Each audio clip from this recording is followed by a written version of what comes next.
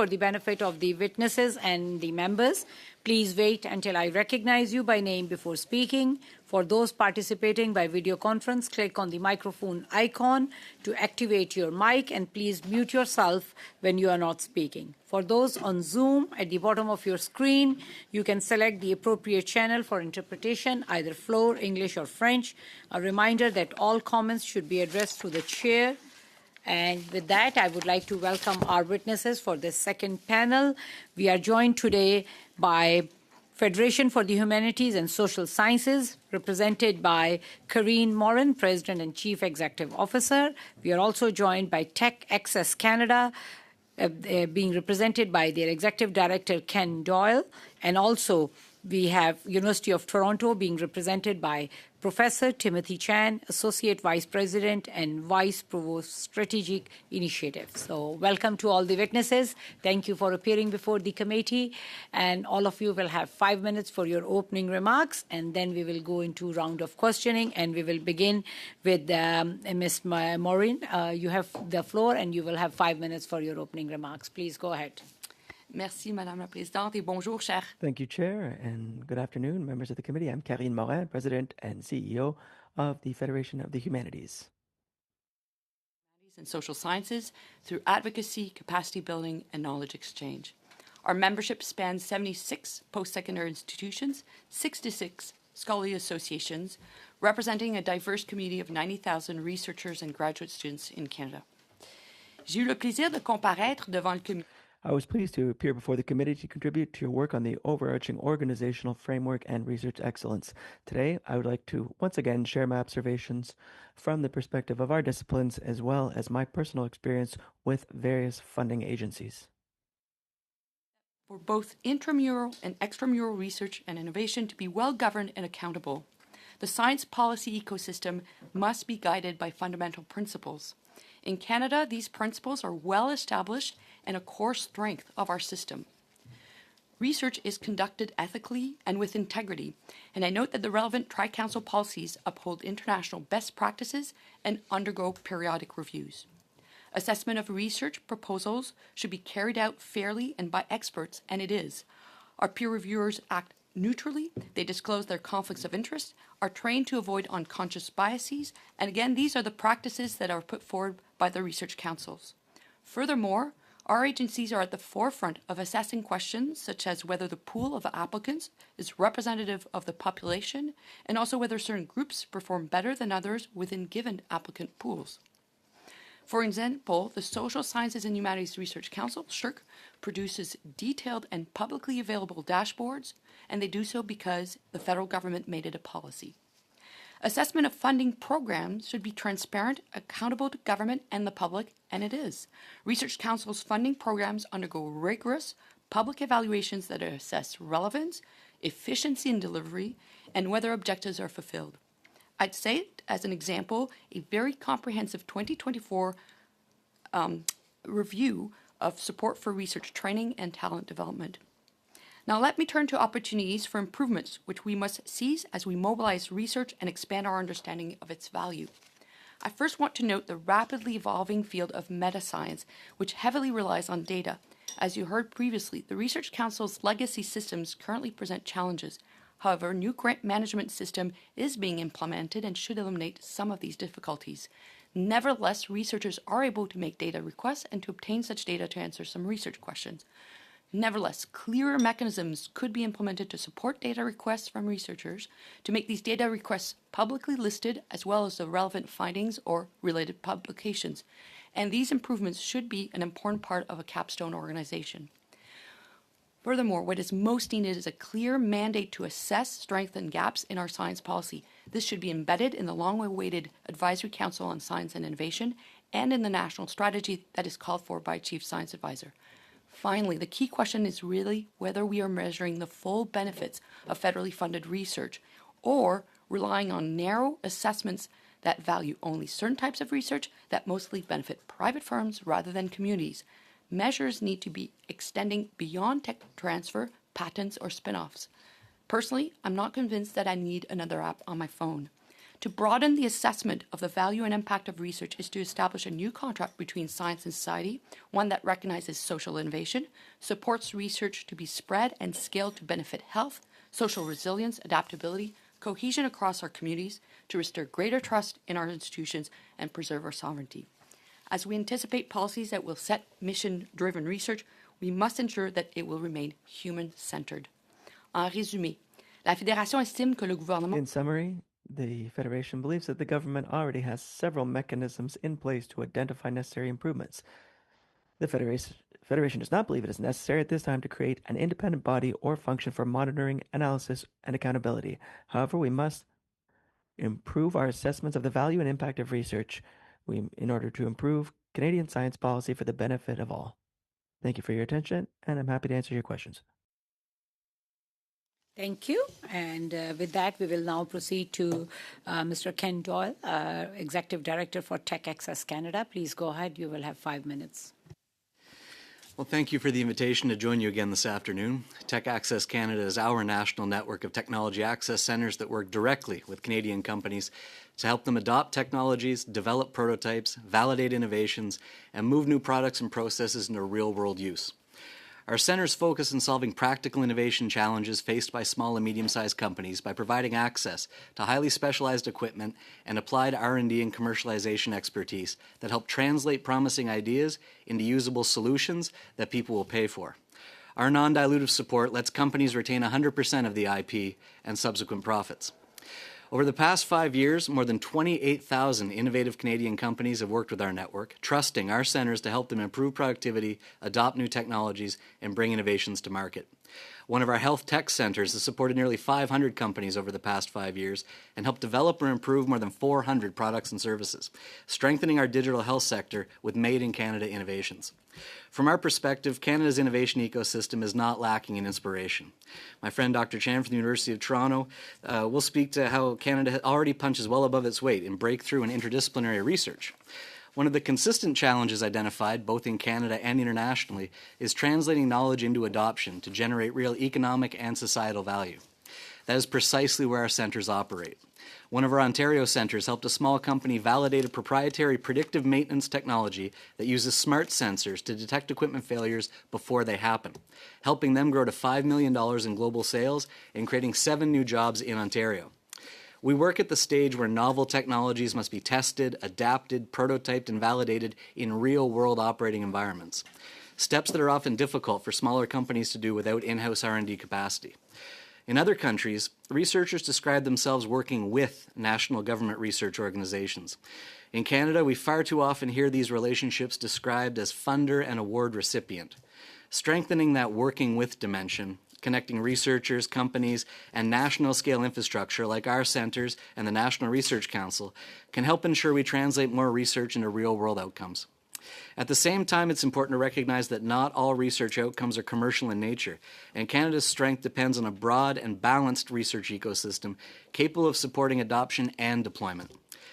Our work complements longer-term research investments by helping ensure that emerging knowledge and technologies are actually used by companies, in the economy, and in communities.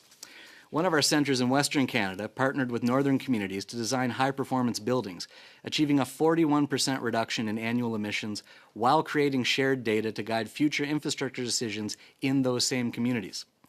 The Technology Access Centre model has now been operating nationally for more than a decade and has been studied internationally, including by the OECD, as an example of applied research infrastructure that supports and enables firm-level innovation and technology adoption.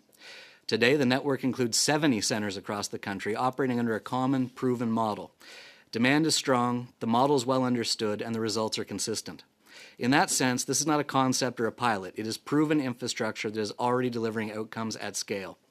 A clean tech company approached one of our centres to develop an automated solar panel recycling system. We helped them reduce manufacturing emissions by 33% while also helping them recover valuable materials for reuse in their core product. At a time when there's strong focus on evidence and measurable outcomes, independent economic analysis using StatsCan data examine the performance of firms that collaborate with technology access centres. That analysis found that small companies working with one of our centres experienced substantially stronger growth in both sales and employment than comparable firms that did not. On average, small firms saw employment growth of 70% and increased sales of more than 140% following their engagement with the Technology Access Center. These firm-level outcomes, measurable, real-world impacts that reflect companies adopting technology and creating wealth here at home. As you consider questions of governance, accountability, and effectiveness within the science and innovation ecosystem, we offer a simple observation. Strong outcomes depend not only on how research is funded, but on whether it is ultimately used. Canada has a diverse and capable research ecosystem. Ensuring that it delivers maximum benefit requires increased attention to adoption, deployment, and scale. Our centers are designed to operate in that space, working shoulder to shoulder with companies to translate capability into impact. We're a proven national network with a consistent model trusted by thousands of companies each year and delivering measurable results. The infrastructure exists, the demand exists, the results are measurable. We're well positioned to do even more. And my parents raised me to be an optimist, and I think the future is bright. Thank you. I look forward to the discussion. Thank you. We will now proceed to Professor Chan for 5 minutes. Please go ahead. Hello, Madam Chair and members of the committee. Thank you for the invitation to be here today. My name is Timothy Chan, and I am the Associate Vice President and Vice Provost for Strategic Initiatives at the University of Toronto. In that role, I am responsible for the identification, assessment, prioritization, and support of large-scale, excellence-driven, interdisciplinary research initiatives. Our institutional strategic initiatives, or ISIs, cover areas including AI, robotics, energy, and infectious disease. They tackle global challenges and catalyze collaboration across disciplines. I am also a professor in the Department of Mechanical and Industrial Engineering. My research focuses on the development of novel optimization models to solve decision-making problems in healthcare, medicine, transportation, and sports. Mirroring the focus of my administrative role at the university, my research program is deeply interdisciplinary and has been funded by a variety of sources, including NSERC and CIHR. I'm here today representing the University of Toronto, which, according to the Times Higher Education World University Rankings, is the number 21st ranked university in the world, the 10th amongst public universities, and number 1 in Canada. In 24-25, U of T and our hospital partners secured approximately $1.5 billion in research funding, with about a third coming from the granting councils. How does this funding translate into impact? In the last 5 years, we've published close to 70,000 scientific articles that have been cited over 1.4 million times. More than that, this research lays the foundation for industrial innovation. Last year alone, we supported close to 700 startups, generated over 100 patents. In 2025, PitchBook named U of T Canada's top university for producing venture-backed entrepreneurs. Every year, we engage industry partners in over 200 joint R&D projects. Our reputation is also a magnet for international talent attraction. The most recent example comes from the Canada Impact Plus Research Chairs program, where U of T and our partner hospitals received nearly 1,000 applications from international scholars eager to join us. I'll provide this information to the committee as context so you know how my research and institution shape my thinking around interdisciplinarity. Historically, the way much research has been within disciplinary boundaries, and we have done well in this regard. However, societal grand challenges that we are faced with are increasingly requiring an interdisciplinary approach. Wicked problems require wicked approaches. Mission-driven priorities require focused support and coordination to ensure that strategic goals are met. The granting councils provide a critical foundation for our national research ecosystem. Canada must leverage this foundation as it contemplates how best to invest in new mission-driven and strategic priorities, whether through a capstone agency or other mechanisms that provide an extra layer of coordination and support. Thank you. Thank you. And now we will start our round of questioning, the first round of 6 minutes each, and we will start with MP Mahal for 6 minutes. Please go ahead. Thank you, Madam Chair, and thank you to all the witnesses for attending for this important meeting today. I would like to start with Ken Dole. One of the reasons is that you come from a platform that is corely related to the outcome, not just rhetorics and what other institutes are doing. You come from where you can see the results. You offer results to the companies, provide solutions, and make them bring them to a platform or to a stage where they can commercialize, or where they can make real use of Canadian dollars.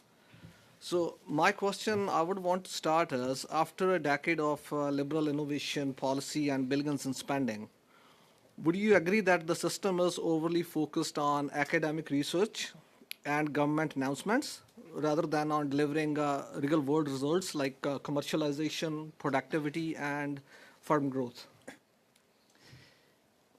Well, I think all the structures are in place. They're just from time to time there becomes issues with connective tissue between them. So the top of the funnel, the input, the basic discovery research, where we are a world leader, absolutely we should be proud of that.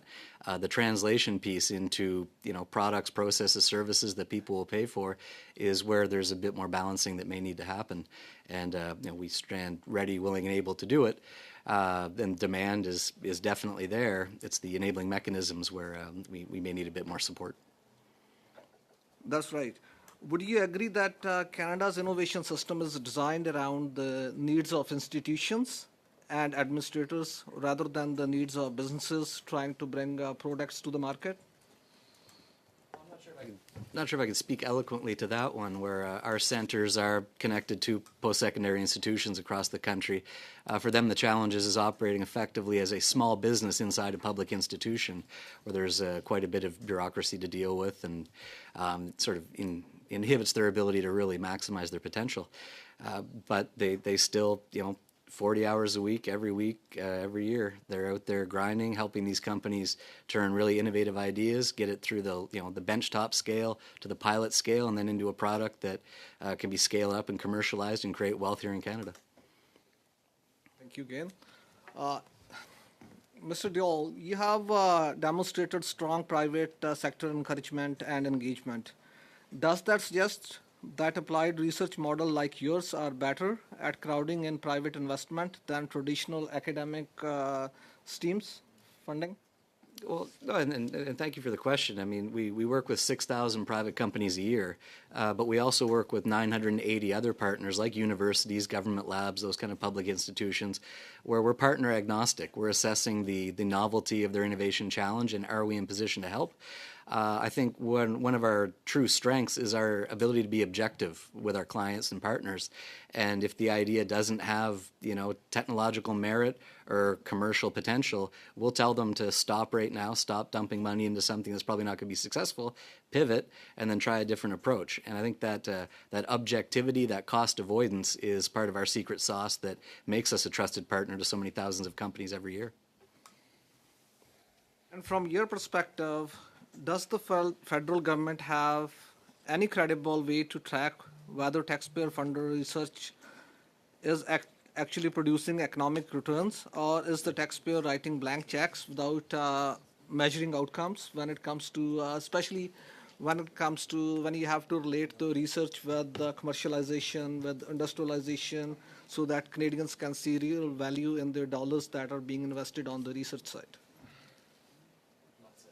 It's another very nuanced question, thank you, where we're in sort of a weird space where we operate in the innovation ecosystem, where we don't invent anything on one end and we don't invoice for anything on the other. So we're sort of an intermediary. And another element of our secret sauce is giving the client 100% of the intellectual property to commercially exploit. And the trade-off there is we have no hook into them later on to figure out, did they commercialize, did they create wealth, did they sell out, what happened to that innovative IP that we helped advance along the technology readiness levels. And so unfortunately, I'm unable to really speak to that concretely. That's sad, isn't it? Despite all the spending, we are still not seeing results. That's a policy failure, in my opinion. Is it fair to say that system is built for institutions, not for Canadian businesses, based on your experience, as I said previously? Well, I think it is important that we acknowledge programs like the Industrial Research Assistance Program at the National Research Council, which does help thousands and thousands of companies every year, and it even has industrial research in its name. So that's a very effective model. I've been a fan of the patent box model in other countries, where when a company creates some intellectual property and patents it, future revenues are almost protected from taxation stuff if they do grow and commercialize here in Canada. And I think that may be something that the country may want to explore in a bit more detail. When it comes to SMEs, smaller firms, they face bigger barriers to adapting and scaling new technologies. After years of liberal programs and promises, are SMEs still left behind by a system that is too complex, too slow, too disconnected from their needs? If you can elaborate. Time is 3 seconds left. So If maybe you can provide a written answer. maybe we can come in the second round, so we have time, 35 minutes more to go. So now we will proceed to MP Deschamps-Thériault for 6 minutes. Please go ahead. Merci beaucoup. Donc, merci. Thank you very much. Thank you to our three witnesses. My first question is for Ms. Morin, and I'd like to know, why is it important that we consider the perspective of social sciences in our work on governance and for the accountability of federal policy in science? So why is this perspective important? And do you have any things in particular to bring to our attention on this subject? Je crois qu'on a tendance, en parlant de science, I think that when we talk about science and technology, we tend to think about engineering and natural science. We forget about the humanities. And I'll give you an example of COVID, which we know that researchers in the biomedical field did their work in a year. They were able to produce a vaccine, but the pandemic continued on for a number of years afterward. Why? As a result of factors pertaining to human behavior or factors of different communities and things to do with our healthcare system. All of these other factors which were not biomedical factors. And so if we take a look only at how to resolve a complex problem like pandemics, and if we only focus on questions of biomedical research, then we may end up in the same kind of problem where we'll come up with a biomedical solution, but we won't have a solution for communities, for people, for our society. And so in your presentation, you spoke about one possible way to improve things would be to better assess the impact of research funded by the federal government. So if I understood correctly, we need to expand the criteria to assess the impact on Canadians. How would you see this happening? Thank you for the question. This was the purpose of my presentation. I was saying that we're not focusing on these things. A lot of the research that we fund, and we do so for good reason, involves social sciences and humanities, but we aren't too concerned by their impact. And so it'd be better to be able to understand the effect of this research on people, on communities, on our society, on our institutions. And so these are assessment measures that haven't been developed within our ecosystem, and I would say that this is not the case in other countries. When it comes to science and innovation, we tend to focus a lot more on economic questions or technology questions, and sometimes we forget things to do with the values of our society and the impact on people, communities, and our society. Do you have any examples on what that could look like, the criteria that, how could we better incorporate them? Well, the simplest example I could provide, and thank you for the question, has to do with healthcare. We understand that it's not just a question of finding solutions for illnesses, but we have to treat patients.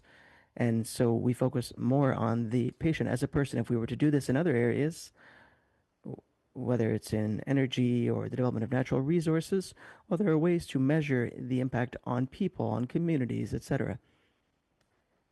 So I think there are a number of examples that you could find in all of our sectors that are important for research. And the current framework involves public reporting, audits, other mechanisms, and when a researcher receives funding. So there's a motion seeking to create an independent organization that would be responsible for evaluating scientific policy federally. So if I understood you, it wouldn't be the best approach to use. You would prefer to take a look at the mechanisms and adjust them as necessary. Is that correct? Yes, that's effectively what I'm saying. We have a lot of mechanisms already in place, and we need to expand them in order to better assess the impact and the value of our research, the research funded by the government. And you've mentioned a number of things, but if there are things that you weren't able to mention, is there anything that you think that we should take a look at in our work? I'm not going to speak on behalf of the witnesses that appeared before me, but I have the privilege of working at Genome Canada. Qu'ils appelaient Genomics et Société. And we have a program called Genomics and Society. So its purpose was to assess the impact of these new genomic technologies in various sectors by taking a look at measures going beyond economic measures. That is to say, the impact on various sectors like agriculture, various markets, various communities, issues to do with the environment as well, legal, ethical, political, policy questions. These are all things that were part of this program. It's fairly unique. And Professor Chen, you've received federal funding. So do you have any suggestions to improve the existing accountability mechanisms according to your expertise? Question. I believe there are already a host of accountability mechanisms in place right now across our funding landscape and in our granting councils. As an individual researcher, I have to submit reports, attest to financial reporting and end of project reporting.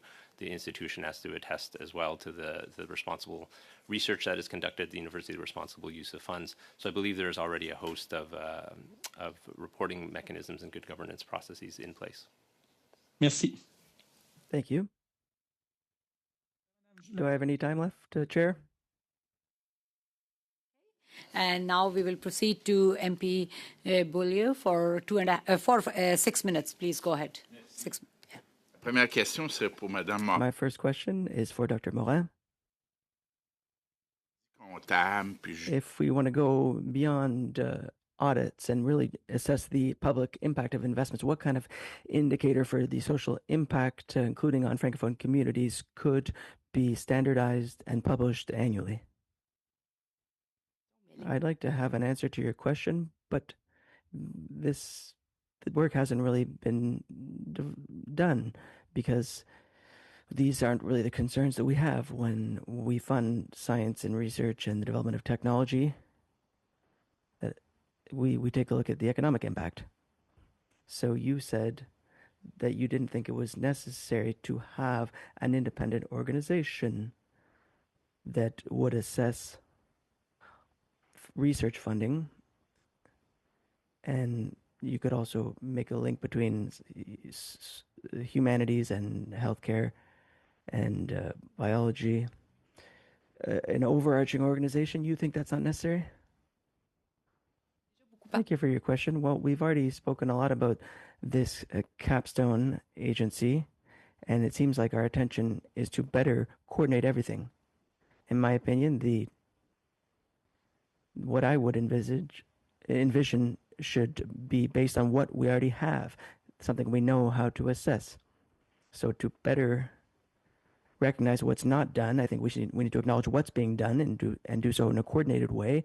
It shouldn't be siloed in the various funded organizations. That is to say, everyone's worrying about their own point of view. By bringing everything together, it will become more interdisciplinary, and that's the way to assess the impact on individuals, communities, institutions, our society. So that's the goal of having a capstone agency. But so you're not necessarily opposed to it. Well, we're just wondering whether it's necessary to create a new organization, to start from square one. And I don't really agree with this. So we're not saying that we're going to get rid of everything that is in place already, but I agree with you. What concrete measures would you propose to guarantee the vitality of Francophone research within the federal architecture mechanisms and follow-up approaches? Thank you for the question. We need to prioritize this objective, and then it would be fairly easy to measure So if we take a look at Francophone researchers who are making a funding request in French, and if they then publish their results in French, all this is possible to measure. And if there are any issues, then we can take a look at why they exist and what supports are necessary, what kind of incentives could be put into place. In my opinion, often choices are made when it comes to various types of research. If we want to have international collaboration, does it limit things to focus on Francophone colleagues? Or if we want to work with people who speak English from other countries, so we need to understand the issues to understand what support is necessary so that Francophone researchers can continue to choose to work in French in our system. I think there's a fairly broad consensus on the idea that research in French is underfunded. Researchers do their requests in English. So how can, and if we take a look at what's going on in Quebec, when it comes to federal funding for universities, there's 3 or 4 times more funding provided to Anglophone initiatives. And some people contest what I'm saying, but there are researchers who are telling us this. Thank you for the question. And we need to figure out whether enlightened decisions are being made or whether they're decisions being made by default. And in every case, in every discipline, we don't necessarily understand all the unique characteristics of the researchers who are making these choices, but there are certainly moments when support for research, if it's done in French, is lacking. So it may be necessary to strengthen the support provided, especially in minority language communities outside of Quebec, where they're even more dispersed with even fewer resources to do things in French. And they want to continue doing their work in French. And for Mr. Doyle, what guarantee can you provide so that Francophone small businesses have equitable access to the Technology Access Center and to federal programs?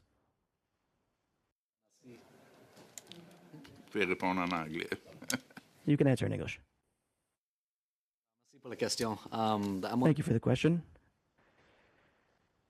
Well, there's expertise like the Technology Access Centers in Canada. There are about 70, but 33 are in Quebec. So our model is available in Quebec.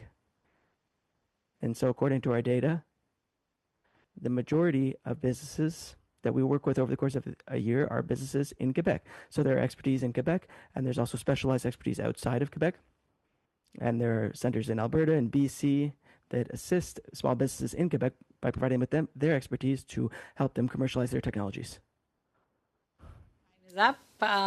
We will now proceed to MP Ho for 5 minutes. This is the start of our second round. Please go ahead. Thank you, Madam Chair. I'd like to take a moment to move my motion. The motion was put on notice back on February 11th of this year. I believe members in this committee have had ample time to look it over, and copies are distributed at the start of the meeting. Should I read the motion again, or No. are we? You would like to move this motion now? I'd like to move it now. Okay. Yeah, please go ahead. Should I read it, or should we just move on? Has Move to everyone seen it? debate, or Okay, that's fine. MP, have you seen this motion which MP Ho is moving? Okay, you're good? Okay, yes. Yeah, that's fine. MP Noor Mohammed. Thank you, Madam Chair. And I just wanted to speak to the motion that Mr. Ho has moved. We are generally supportive of the motion with one amendment that I would like to propose, which is that we strike number E, or letter E, from the motion. Other than that, and then therefore change the number from 5 meetings, obviously, to 4 to reflect that. Other than that, I would be very supportive of this motion. We have an amendment. Is everyone in favor of the amendment moved by MP Noor Mohammed? Good. MP Boulieu? Are you okay? Un peu mitigé, mais je m'aimerais rallier si le proposeur, lui, est prêt à l'enlever. We have the motion as amended. Any debate? Okay, everyone is in favor of the motion as amended? Okay, the motion is adopted. Okay, thank you. So I'll use my remaining time to ask a few questions. My first set of questions is for Professor Chan. It's good to have you here on this committee. As a U of T alum, I've seen firsthand the research process that U of T outputs every year. It really puts Canada on the map on the world stage when it comes to research. So, my question for you is Canada too focused on early stage research funding at the expense of scaling and commercialization? And in your view, what policies could be adopted to correct that imbalance? Thank you for the question. It's always great to meet an alum.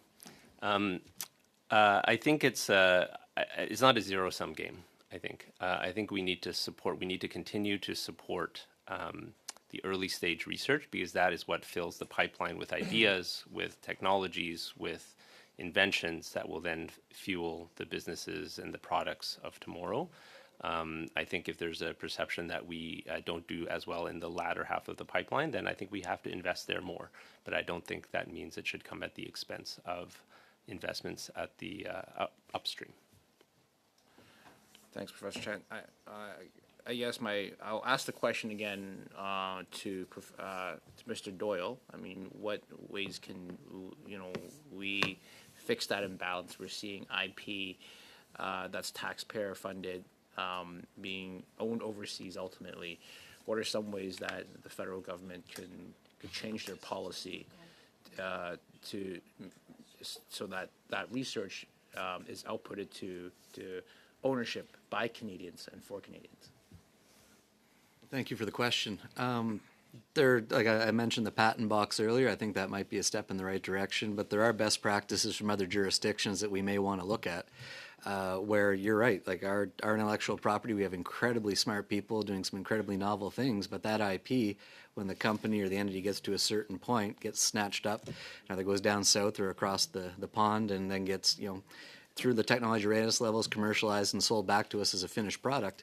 Other jurisdictions put sort of hooks into the public funding of research projects where, if it's almost like the company runs a tab with the government, and as the government invests more and more in that technology development, should they decide to sell their company or take that IP elsewhere, whoever acquires them has to pay off that tab and then often a multiplier based on the future value of that.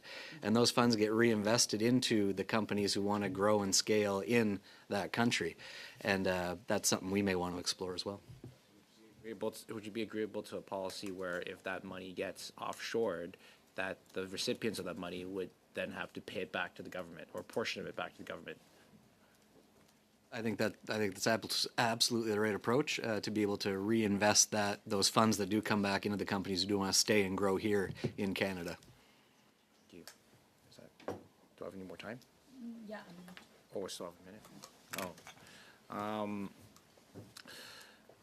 So I guess my other question is, we've seen in previous committee meetings that there are hundreds, depending on how you calculate it, for Mr. Doyle, hundreds of different grant programs for seed and investment and commercialization funding, and hundreds of programs. I mean, do you see that fragmentation being in that the paperwork and the administration of those programs being a barrier? Do you think that maybe some consolidation of the bureaucracies could maybe make the operation of those funding more efficient and easier for businesses to navigate? And thank you. One of the major pain points we hear from the companies we work with every year is exactly that, just the proliferation of programs at the federal and provincial levels, and asking for effectively the same piece of information 5 or 6 different ways depending on the funding program, and then timelines, not like the fiscal year of the program not aligned to the company's operating quarters, or they're looking a quarter ahead, not towards March 31, April 1. So it's just a bit of a disconnect at all levels, where you're right, there'd be efficiencies gained by sort of normalizing some of these items, where if the goal is to help companies commercialize in Canada and create wealth, some of those barriers like the administrivia might be one place to start. That's all. We will now proceed to MP McKelvey for 5 minutes. Please go ahead. Thank you, Madam Chair. So my first question is for Dr. Morin, or Morin. Morin? Not a doctor, but Morin. Okay. So I do notice you have experience in bioethics and law.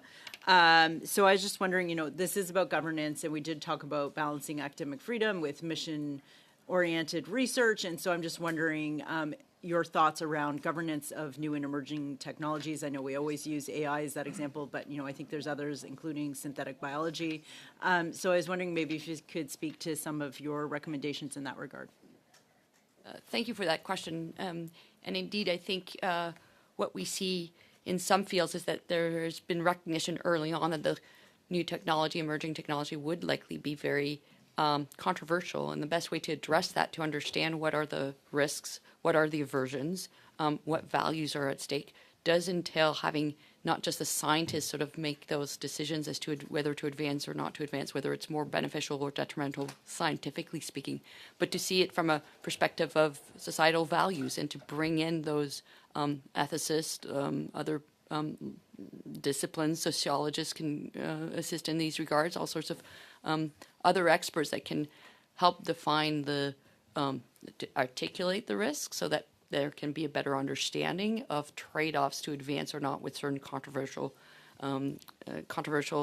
technologies, and or to regulate them in such ways that they would remain very confined under oversight, and making sure that there's no trespassing of what societal willingness there is to try and advance. I think very oftentimes behind some of the controversial technologies, there's some real, in health, certainly, their lives at stake. And so I'm sure that there are often some willing patients who would want to see those advancements. And then we know that there are other individuals who are averse to certain approaches. So how do we bring that out to facilitate a consensus, or to facilitate a very, again, controlled, tightly regulated approach, so that we can make sure that there's no greater harm than necessary, but that if there's benefits to be gained, that we don't let those aside for too long, because when there are matters of health, illness,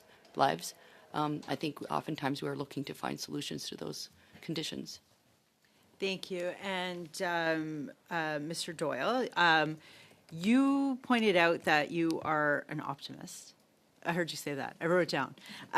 So I was just wondering maybe if you could speak to what you see as the opportunities in mission-driven research and in collaboration. What are those potentials for Canada to make its mark, and how in particular can colleges have a role in that? Thank you for the question, and you're quite right. I am an optimist, positive mental attitude. I'm buoyed by the fact that there's so much demand for the services the Technology Access Centres are offering. The center has, each of the centres has an average wait list of 11 weeks of companies who want to innovate, want to do cool stuff in Canada, want to commercialize, create wealth for this country, and they just need an intermediary to help them out. And that role, that sort of scale, pilot scale that we play in, is complementary to the great work going on in the universities and government labs, and then we're sort of the de-risking validator for the private sector, who can either produce 1 million units of that innovative new technology, or may want to adopt it themselves to save some money on the shop floor, the bottom line. I think one of the coolest aspects, for sure, is that every project we do is partnered with industry or a community partner, and we have professional R&D staff, and they do their thing.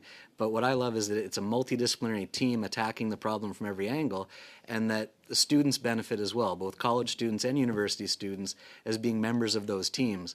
So they're gaining innovation literacy, innovation skills that they're going to acquire during their studies and have a competitive advantage in the labor market when they do graduate and go out, whether that's working with the company they partnered on the project or just being able to speak to some really tangible hands-on experience they have in a job interview. I think that's a really cool thing that we should be proud of, and it's complementary to the other sides of the spectrum, and we just need a bit more of it.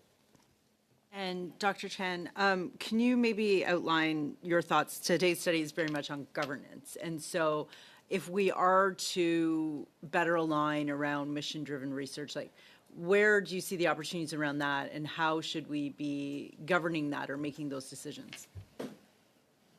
Yeah, thank you for the question. From my background doing interdisciplinary research, I think mission-driven research is a really important area for Canada to be investing in. The Tri-Councils fund the disciplinary work. I think we need to complement that with a new or reinvigorated approach to really think about mission-driven work. Everything that is complex in this world today is, you could argue, is mission-driven and strategic because it is so messy. AI, energy, precision therapeutics, all of this has a benefit to society to solve.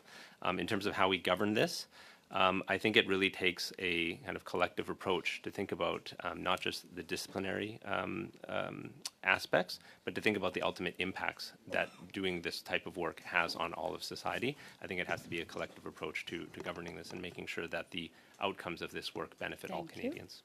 Thank you. And with that, we will now proceed to MP Beaulieu for like 2.5 minutes. Please go ahead. Merci. Question pour Monsieur Chan. Thank you. A question from Mr. Chan. Public. What kind of public dashboard that could include success rates per language, per institution, per discipline should be published by a university to improve accountability and to align on the goals of the committee? For the question, I hope you don't mind if I respond in English. My high school French is not very good. At the university, I'll give you one example. At the University of Toronto, we have many dashboards of the type that you're referring to that report on all of our funding from different sources of different types of areas and so on. So institutions do have this data. We report them in aggregate to respond to demonstrate how we are being successful in our research and how we are sharing this research in lots of different areas. C'est bon. Puis à l'Université de Toronto. And at the U of T, Pour les francophones. is there access for francophones to these tools in research? All of the data, all of the research tools, all of the supports that are given to our faculty, our students, our researchers are available to our entire community. C'est bon. Peut-être, question pour vous trois, mais Madame Morin. So a question for all three of you, and Ms. Morin has already spoken on this. Do you agree with the feasibility of putting this kind of independent organization in place for accountability, for follow-up on scientific policies federally? Oui, Monsieur Chan. Thank you for the question. I think having an independent organization to evaluate and assess this data is a positive thing. I think we should be looking very critically at our research ecosystem, its successes, the areas where we need improvement. So I think anything that provides accountability, provides rigorous accounting for what we are doing is a welcome addition. Merci. Monsieur Doyle. Mr. Doyle? En accord avec Professor Chan. I completely agree with Professor Chan. Qui est pas mal drôle. A kind of funny and sad example is in the SRSNG high school program 3 or 4 years ago. When you do a funding request, the character limit. Alors, c'est juste quelques années passées qu'ils ont. Just a few years ago, they change the character limit to be 30% longer for Francophones because this is something that needs to be taken into consideration from the beginning. We will now proceed to MP Baldinelli for 3.5 minutes. Thank you, Madam Chair, and thank you to the witnesses. Mr. Doyle, it's good to see you again, and thank you for being here. I've always appreciated the side of our scientific research, the applied research side, and the funding of colleges. Niagara College in my community is the #1 research college in all of Canada. So the work that Tech Access does, for example, is critically important. You say 6,000 businesses that you deal with on a year, and the whole notion of how you're able to turn applied research requests that come in from businesses into tangible outcomes. And that is to be appreciated, particularly as funding dollars are not as, they're very valuable. We're spending about $10 billion, and I would suggest we're not investing more into the college side, for example, to the degree that we should be. You had mentioned in your testimony about this notion of the patent box idea, for example. You talk about, companies that work with Tech Access in our college system retain 100% of the patents. So can you go further into your notion of the patent box idea? No, I'd be happy to. Thank you for the question. It's great to be back here again.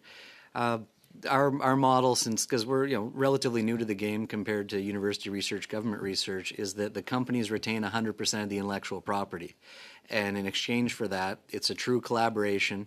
But we don't want to encumber them with a random, royalty stake or 3% equity stake kind of thing, where they're small companies trying to get their widget close to commercialization, get in front of investors, and we don't want to upset that. Trade-off being that whenever we can engage students and put them on the projects, we do. The patent box, and Canada's had a number of novel things over the years, the scientific research, experimental development tax credit, low corporate tax rates, that kind of thing, which were great and spurred things in the 70s, 80s, 90s, but the rest of the world caught up and surpassed us.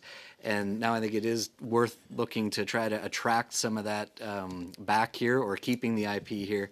Stuff like a patent box where a company comes up with an idea, a novel idea, they register that intellectual property, they get their patent, and then any revenues derived from that going forward would be tax-free or at the lowest possible tax rate, very modest tax rate, to incentivize them to stay and commercialize here rather than just ship it abroad. At the same time, should the government invest, and that person leaves the country and takes that IP with them, should those dollars that we've invested into that corporation come back to the taxpayers then? I mean, as obviously a representative of Tech Access Canada, but at the end of the day, a taxpayer and a Canadian taxpayer, I think so. I mean, if they benefited from support from NSERC programs, NRC, IRAP, all these other leveraging support programs that are critically important to de-risk companies investing in R&D here, especially in the applied side closer to commercialization, I'd love to see whoever acquires them pay back that tab so it could be reinvested in companies who do want to grow and stay here and scale in Canada. Last thing, on Friday night, they're going to be celebrating the 10th anniversary of Tsunami, the Southern Ontario Network for Advanced Manufacturing and Innovation. Niagara College is a lead on there. My colleague would like to know that McMaster University is the only university amongst the colleges that participate, and they do fabulous work in working with government, not only on the research side, but with FedDev, for example, from Southern Ontario, to advance those projects that are critically important to local businesses. And so that's why I think those ones that from the college level, that applied research is so valuable that we don't take advantage of. Thank you. We will end this panel with MP Rana for 3.5 minutes. Please go ahead. Thank you, Madam Chair. And Dr. Chan, mechanical engineer? On the industrial side, but yes, in the same department. But I don't see your ring, actually. My graduate training is in math. So not a... All right, thank you very much. Your research background is in operations research and optimization. You think about how to make systems work better. If you were advising this committee on designing an accountability framework for federal research funding, what would you actually change about how the system measures whether public money is producing results?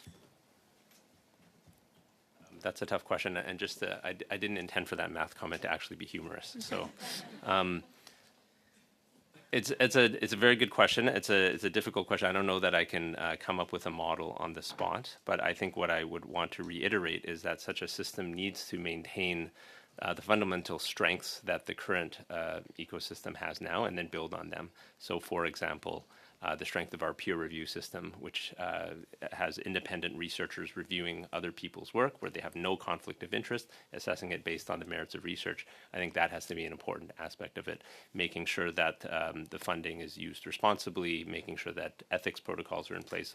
All of that has to be done responsibly. I think we have all of the ingredients in our current ecosystem right now. I think we need the will to move towards a framework that will govern this type of mission-driven research. Thank you. And Ms. Moran, do you think current accountability structures treat colleges-based research and university-based research on a level playing field? I'm sorry, I may not quite have understood the question. Like current accountability structures treat colleges-based research and university-based research at the same level, or are the system tilted in favor of one over the other one? Certainly in terms of funding, there's more that goes through universities than through colleges. That would be accurate, yes. Yeah. Okay, and you have several positions across the science and research landscape. Drawing on that experience, where do you see the biggest inconsistencies in how the three granting agencies handle governance and reporting? And would the capstone organization actually fix any of that? Thank you for that question. I would not consider that there are significant inconsistencies. However, I do think that in having each of the councils operate legislatively in their own respective areas and in response to their respective communities, there are probably some economies of scales, even if I could use that term, that aren't being realized that could be through a capstone that would bring together some of the areas of work towards evaluations and other science policy areas where right now the work is more fragmented than I believe it needs to be, and would benefit from being better coordinated and aggregated together. So I think the greater sum of the parts through a capstone would probably be the likely to be the beneficial outcome. Thank you, Madam Chair. With this, this panel comes to an end, and on behalf of all the members of this committee, I would really like to thank all our three witnesses for appearing before the committee. And is it the will of the committee to adjourn the meeting? Okay. Thank you once again, and the meeting is adjourned.